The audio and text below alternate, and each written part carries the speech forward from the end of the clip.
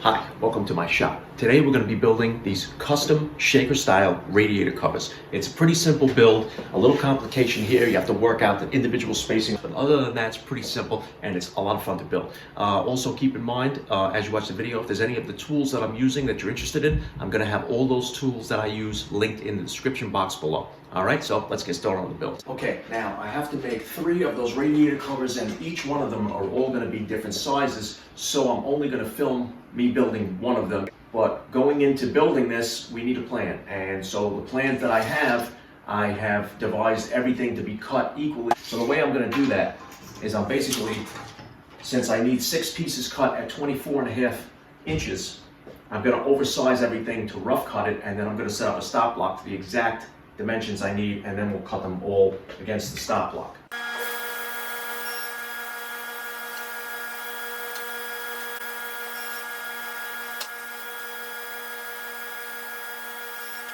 Okay, so now part of the process in squaring up this lumber as you're going along, because everything has to be completely straight and square so that when you build, everything is completely straight and square. When it's all done, you don't have any problems later on. I'm going to reference off of the piece that I just cut when I cross cut it. So now I have a nice clean straight edge there. To make that 90 degrees and get my straight edge quick and dirty rip on this, I'm going to reference that piece that I cut off the fence right here, and I'm only going to take off about less than the width of the blade. So I'm going to be hitting it right there. So I'm just going to make sure that I'm touching my fence completely. And the way to do it safely is I have a clamp here that I rigged up that will support me back here. Now I'm locked in. Now as I slide it through, it's going to rip just the edge of the board off, and that's going to give me a perfect 90-degree cut from the fence to the board. So let's rip that. Now I could do this on the jointer, but I would have to set up the jointer to do it, and since I'm here at the table saw, this allows me to do it quick and dirty, as I said.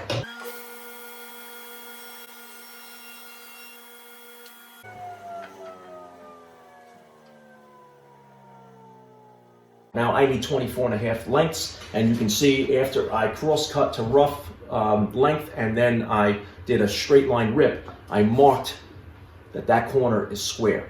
I don't know if that shows up on camera, the pencil mark, but this is my 90-degree corner that I'm going to reference. So with this type of saw, every time you make a cut, you're always turning continuously to the left to square everything up. So now that I know that I've cross-cut this and I've ripped this, and that's 90, I'm going to be referencing this up against the fence and the stop block, and then it's going to give me a completely S4S board all squared up and ready to be used for the project, and I'll just have to rip it to the individual pieces I need. So I'm going to set this real quick, and these are very accurate, these stops. So loosen it up, and I'm going to set it to the dimension I need is 24.5.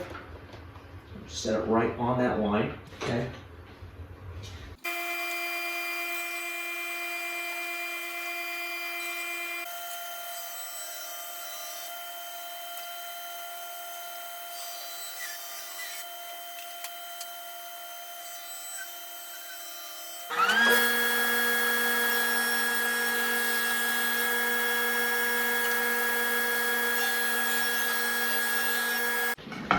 This is 2.5 inches.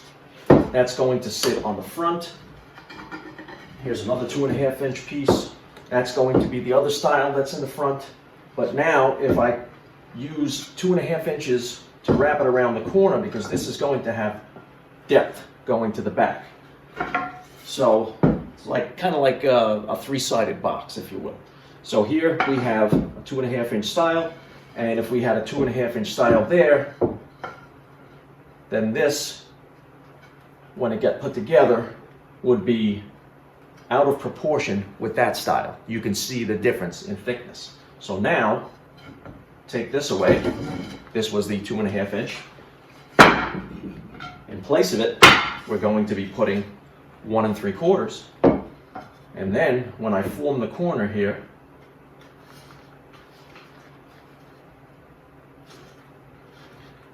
now you can see the way this is made up, it's exactly the same as the rear style. So now it'll wrap around the corner, we'll have 2.5 inches there. This will make up 2.5 inches.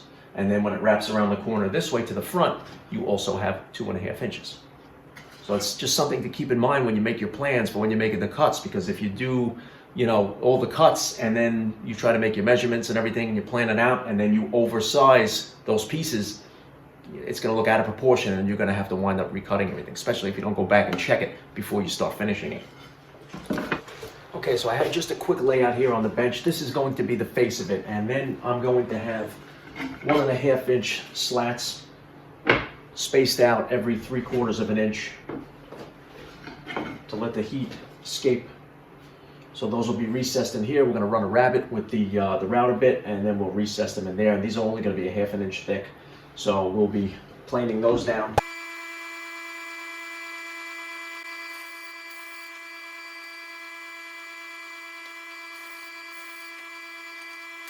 Before assembling the frames, now that all the pocket holes are done and we can assemble them, to make it easier before the assembly, what I want to do is run a rabbet along the edge of the bottom and on the inside of the top. And that's where the slats later on will sit inside that rabbet.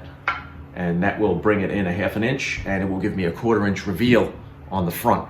So this way, everything just not flush in the front. We want to have some depth to this. So before we assemble this, we're going to head over to the router table and we're going to use a rabbeting bit, and we're going to cut a rabbet in there so that we can make assembly easier and look nicer as the finished product.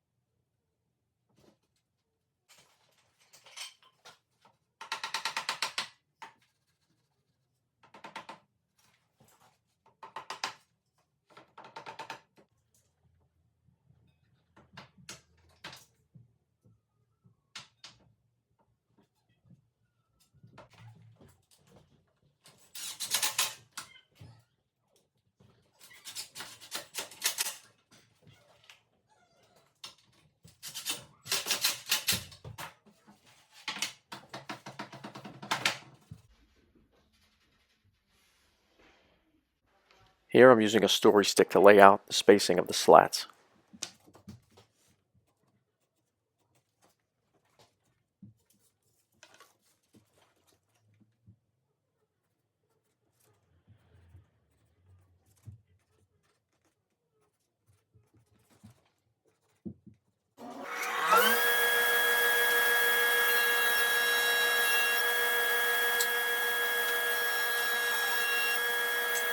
Okay, so I have everything laid out on the table. The slats are in their slots, but now I have to plane them down to the thickness I need. So I just marked off where it is, about 1/2 inch. So I'm going to run these through a thickness planer. Once they're sitting flush with the top, then we can install them, sand everything down.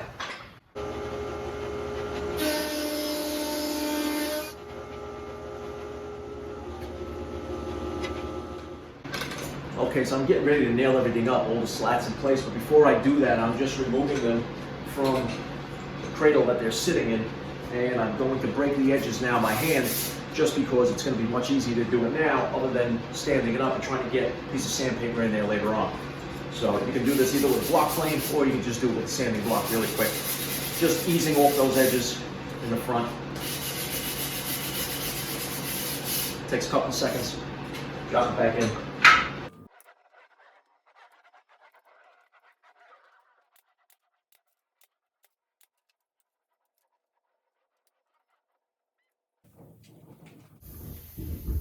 Okay, so I'm nailing this in place and I'm using a spacer, and you can see I made a center mark, and that's where I'm going to line the marks up for the center of this slat. But I also left a little bit of room in between so it's not tight fitting over here from the top and the bottom, just so that these pieces can expand and contract, because this will be under a lot of heat from the radiators.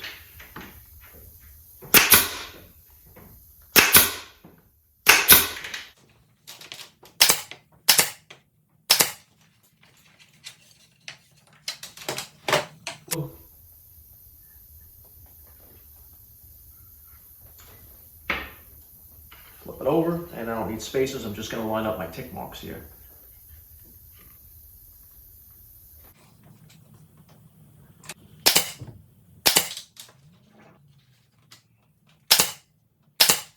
The nails will hold it in place, and this is the reveal that we're going to have. And we can wipe off this excess glue right now. You can see the depth that we have, where in the back it's flush, in the front we have the 1/2 inch reveal.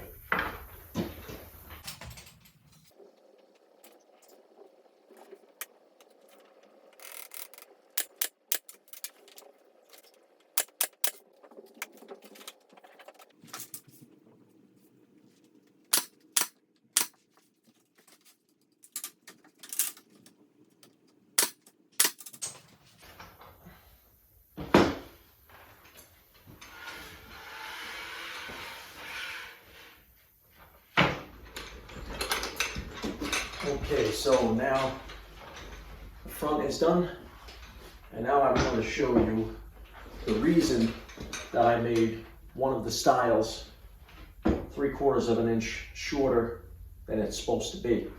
And that's because when it gets put together from the side, and it's joined together, this equals the same as this style. So now everything looks uniform. Okay guys, here's a quick mock-up. Everything's just clamped together. So we got nice even spacing. The sides, spacing's equal.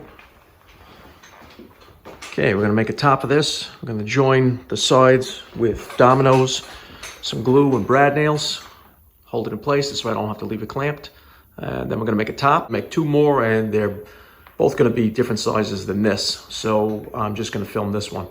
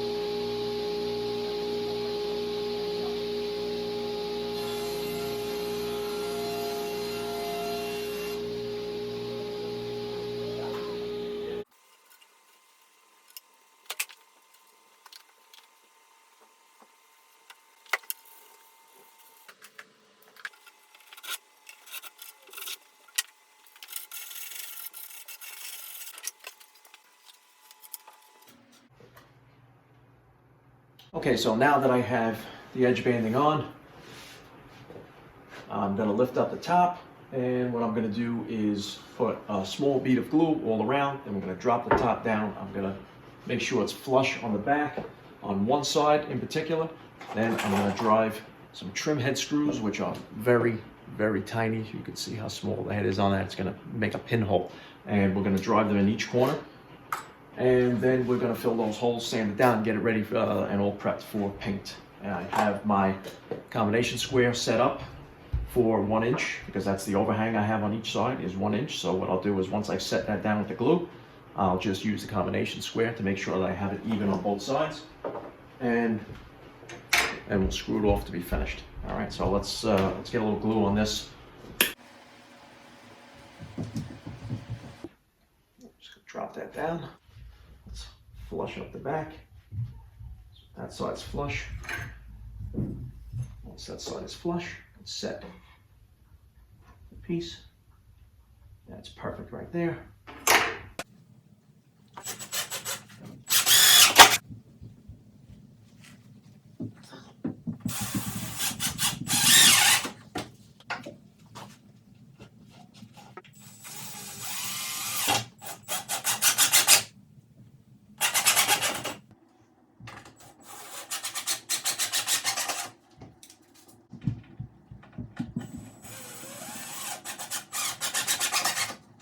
Okay guys, so this project is done. It's all ready to be primed and painted. It's all sanded smooth. All the nail holes and screw holes have been filled, so it's ready to go. But I have to build 3 more of these, and they're all different sizes. It's not a production run. Otherwise it would be easy. I could have built them all in one shot, cutting all the parts to equal lengths and widths and everything, and then just assembled everything and then sprayed them all at the same time. However, that's not the case. All 4 of the radiators in this home for this client are all different sizes, so unfortunately these all had to be different sizes. So I thought, instead of finishing it in this video and spraying it white and holding up the video from being done, because I want to make the other 3 and spray everything at one time, this way I don't have to keep cleaning the machine, I thought it would be a good opportunity to make another video on my spraying process for paint. Now you can finish these in stain, you can finish them, you know, with the polyurethane depending on the wood that you use, and you can have it as a wood finish. But the client's house has all white moldings, I'm putting up white crown, they have white base molding, they have white door trim moldings and casings, so these are going to be white.